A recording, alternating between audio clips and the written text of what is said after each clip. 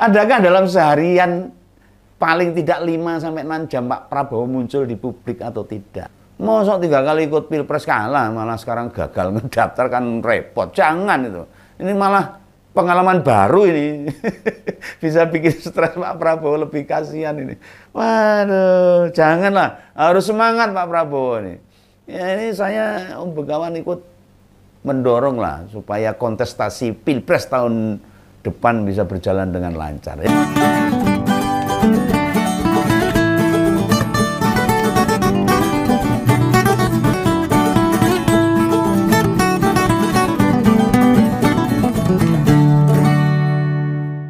Halo, ketemu lagi dengan Om Begawan, tetap di Ngompol, ngopini politik. Wah ini, sampai detik ini, ketika Om Begawan tapping ini, makin santer ini.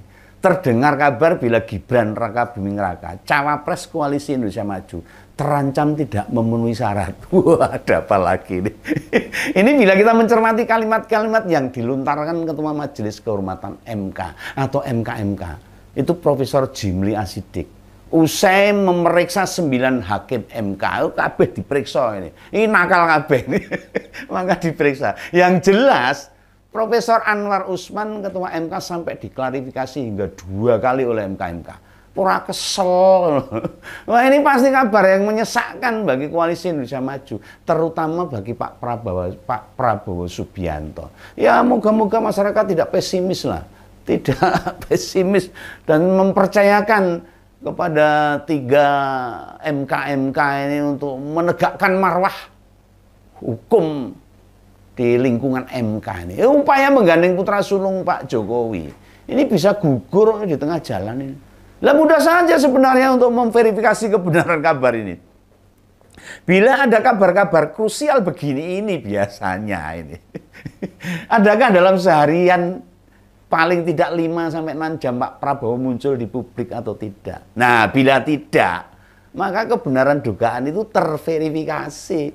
Ya bisa kita ambil contoh lah kemarin misalnya itu waktu Rakernas Projo yang rencana Pak Prabowo turut hadir, juga semua ketua umum Koalisi Indonesia Maju berniat datang. Nyatanya Pak Prabowo tidak tampak di arena Rakernas. Nggak ada yang tahu kemana, malah ngumpet. Lah ada apa ini? Nah, muncul saat para pimpinan Projo datang ke rumahnya itu usai 5 jam kemudian itu. Lah mengapa bisa diprediksikan butuh 5 sampai 6 jam berlalu? Lah dalam pikiran Om Begawan ini mungkin ini Pak Prabowo sedang meluapkan emosinya. Lah bentuknya bisa macam-macam. Soalnya tiap orang itu berbeda kalau meluapkan emosinya itu. Ada yang menghabiskan waktu dengan tidur supaya bermimpi ketemu bidadari, atau dengan makan yang enak-enak. Ada juga yang berolahraga dengan bernyanyi, karaokean dan lain sebagainya. Itu tergantung kebiasaan masing-masing. Lah kalau Om Begawan ini ngilangin stres ya dengan nyanyi, karena mantan penyanyi dulu. Nah, ini mungkin loh. Kabar akan batalnya Gibran jadi cawapresnya Pak Prabowo ini membuat Pak Prabowo menghabiskan luapan emosinya di rumah. Neng omah wae neng dalan mak repot. Malah ciloko loh. Ya tapi kabar itu tersiar loh kemarin. Jadi hari ini sudah beraktivitas seperti biasa. Ada yang tahu apa kegiatan Ketua Umum Gerindra sejak sore hingga malam kemarin itu? Nah, dreng. Dan silakan itu cek di berbagai media. Apa acara Ketua Umum Gerindra kemarin? Nah, bagi banyak pihak, terutama para pendukung Pak Prabowo Gibran, ini kabar yang sangat pahit loh.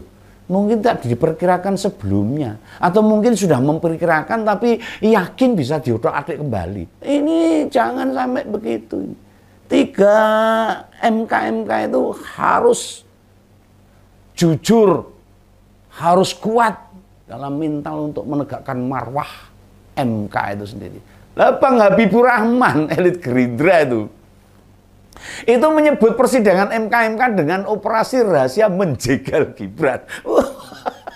Iki opo meneh, malah Begawan ingat itu Koalisi Perubahan yang dulu sidik-sidik dijegal, ora mutu itu. Wah, payah ini Bang Bib ini gimana ini? Lah kok politisi ngelontarin tuduhan aneh-aneh begitu. Operasi rahasia yang gimana maksudnya ini? Panjenengan ini sebagai rakyat loh. DPR RI loh. Nah ini Om Begawan anggap Anda itu panjenengan itu paham hukum harusnya. Kenapa putusan 9 MK itu dilaporkan banyak pihak? Loh, ya mesti ada permasalahan, nakal ini. Soalnya proses awal hingga putusan ini dibuat banyak kejanggalan, banyak keanehan. Akibatnya ada 21 laporan yang masuk, ora umum itu. Dan laporan itu membuat MK kemudian membentuk MK-MK. Lah kalau dianggap operasi menjegal Gibran, kan nggak jelas siapa yang lapor. Itu baru menjegal, ini jelas kok. Ada 21 laporan, berarti kan ada hal-hal yang harus dilaporkan, ada permasalahan di MK. Gitu loh Bang, wah payah ini. Lah zaman serba online begini ini loh. Kita yang berada di jauh, di Jakarta, luar Jakarta aja bisa ngerti, bisa tahu, bisa paham. Siapa pihak-pihak yang melaporkan. Sidang mendengarkan pelapor saja ditayangkan secara live di media televisi ya. Bicara itu yang mendidik atau bang Anda itu wakil rakyat loh. Suara abang itu mewakili partai besar loh. Orang aneh-aneh, orang sakar PDW. Penyebutan operasi rahasia itu jelas menyesatkan. Itu bisa mendidik masyarakat jadi nggak genah itu. Coba sebutkan coba. Bila memang benar ada penjegalan, siapa yang menggerakkan para pelapor itu? Enggak ada. Mereka dengan hati nurani karena ada kesalahan, karena ada ketidakbenaran, maka hati nuraninya untuk melaporkan hal-hal tersebut. Lalu apa imbalannya? Oh renek. Lah mbok aja kaya becak tanpa pelek gitu loh. Aja waten jeplak ning ora nganggo nasi gudeg. Repot ini. Wakil rakyat itu bila bersuara kan bukan jenis burung. Asal ngoceh. Burung sih masih enak itu didengar kecoanya. Lah suara Bang Bibu Rahman ini malah menggelikan itu. Malah jadi lucu tuh itu. Takut banget bosnya gagal berpasangan sama wali kota Solo mungkin. Apa nggak pede kalau pasangannya diganti, bukan Gibran, misalnya Pak Erik atau Pak Yusril. Lah apa batalnya pres saja. Sisan. Udah bisa deh, nggak bisa, harus terus, kalau enggak ini dilarang undang-undang. Hukumannya berat itu. Terus ya apa-apa. Lah, Profesor Jimli sebagai ketua MK itu usai sidang tiap hari menggelar konferensi pers loh. Terbuka, semua masyarakat bisa tahu keterangannya. Dan keterangannya jelas banget, tidak ada yang ditutup-tutupi. Keputusan MK sendiri bakal dibacakan tanggal 7 atau Selasa depan. Mengapa tanggal 7? Ya karena tanggal 8 November jadwal KPU menetapkan capres-cawapres yang sudah mendaftar itu terakhir. Bila keputusan yang diambil MK berkonsekuensi membatalkan putusan MK, masih ada waktu bagi koalisi pengusung capres mengganti orang yang tidak memenuhi syarat. Ya harusnya Bang Habibur Rahman tidak perlu resah dan gelisah kayak lagune Bimesak. Tenang aja Bang. Gibran bisa diganti lainnya. Masih banyak tokoh-tokoh yang mumpuni, yang lebih baik dari Gibran. Santai aja lah. Nah, lagian dalam berbagai lembaga survei dibandingkan berpasangan dengan wali kota Solo, berpasangan dengan Pak Erik atau Bu Kofifa itu elektabilitasnya Pak Prabowo itu lebih tinggi loh. Lalu ditambah di antara capres-cawapres lain, Pak Prabowo kan paling pengalaman ikut pilpres. Udah 3 kali, hampir 4 kali. Sekarang ini pilpres yang keempat loh. Sementara kandidat lainnya baru 1 kali itu kontestasi. Apalagi jika kalah. Ya nggak kaget lah, sudah terbiasa. Nggak akan shock lah. Makanya tetap semangat maju.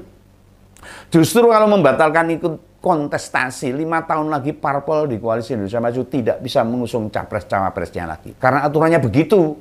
Masa 3 kali ikut pilpres kalah, malah sekarang gagal ngedaftar kan repot. Jangan itu. Ini malah pengalaman baru ini. Bisa bikin stres Pak Prabowo, lebih kasihan ini. Waduh, janganlah. Harus semangat Pak Prabowo ini. Ya ini saya Om Begawan ikut mendorong lah supaya kontestasi Pilpres tahun depan bisa berjalan dengan lancar. Kata Pak Provisi Jimli lagi nih, secara substansial sebenarnya putusan MK tidak bisa merubah keputusan MK. Bisanya mempengaruhi pendaftaran capres. Bahasa lainnya adalah, ini masyarakat supaya paham ini, putusan MK itu berimplikasi pada syarat usia capres dan cawapres. Jadi para penggugat tidak mempersoalkan Mas Gibran, orang hubungannya, namun lebih pada prosedur di MK, prosesnya yang digugat itu, serta putusan itu diindikasikan ada benturan kepentingan yang dirasakan masyarakat sekarang ini. Itu meloho, kasat mata, semua tahu, semua paham. MK sudah dirusak cara bekerjanya. Lah, tugas konstitusional terganggu. Ini berbahaya bagi proses hukum. Penalaran dalam putusan juga bermasalah. Banyak kejanggalan dalam putusan nomor 90 itu. Ini masyarakat biar paham. Ini Begawan orang ngompor-ngompori loh ini. Ini menyampaikan faktanya saja. Faktanya bisa kita lihat.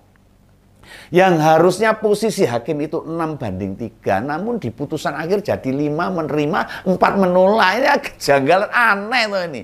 Kejanggalan lain misalnya, kepentingan legal standing pemohon yang merupakan penggemar Gibran, itu jelas ada konflik kepentingan. Termasuk dengan ketua MK, paman dari objek yang diuntungkan. Ngerti tuh itu.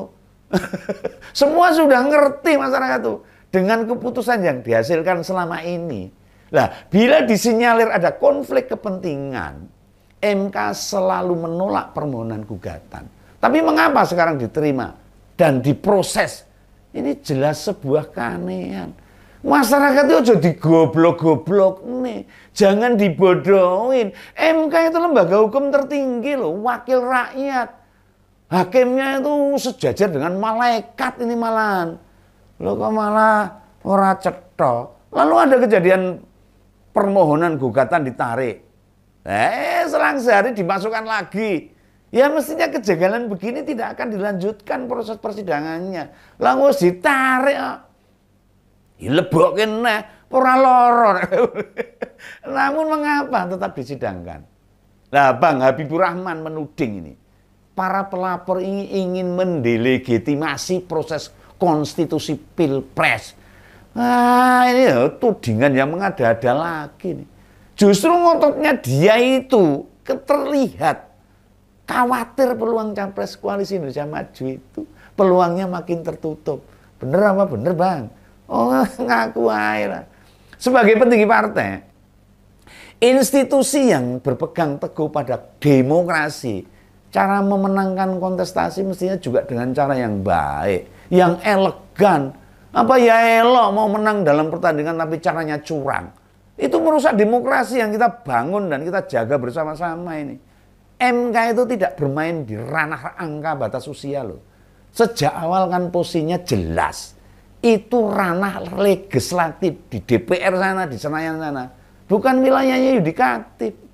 Kenapa waktu pasal itu semula batasan usia 35 tahun diubah jadi 40 tahun? Kok diam saja? Sekarang baru teriak-teriak. Padahal 3 tahun, 4 tahun yang lalu sudah ditetapkan tuh perubahan batas usia. Dan tidak ada yang protes sama sekali. Waktu itu ada revisi Undang-Undang nomor 7 tahun 2017. Ini masyarakat harus paham. Nah, para pelapor di MK itu bukan kali ini saja berurusan dengan MK. Dan memprotes banyak undang-undang.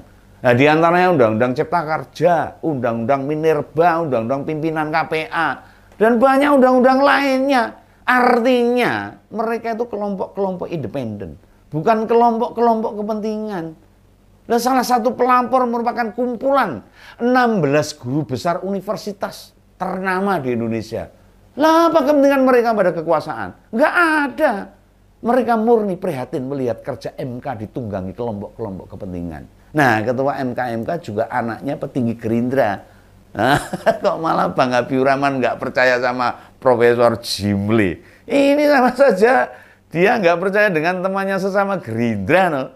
Jadi tidak perlu merasa dizolimi, Bang, atau teraniaya, dijegal sampai menuduh ada operasi rahasia segala. rakyat banyak bersuara tentang kejanggalan putusan MK. Jangan dibolak-balik lah logikanya. Silahkan kalau mau ngotot melawan suara rakyat. Karena partai atau pasangan capres-cawapres kalian yang bakal kena hukumannya. Hukuman dari kami, rakyat pemilik suara yang sah. Ingat itu, Bung Habibur Rahman. Saya ingatkan kembali, memilih pemimpin itu bukan hanya yang terbaik, Bang. Tapi untuk mencegah yang jahat untuk berkuasa. Begitu ya. Salam ngumpul, salam begawan, sampai jumpa.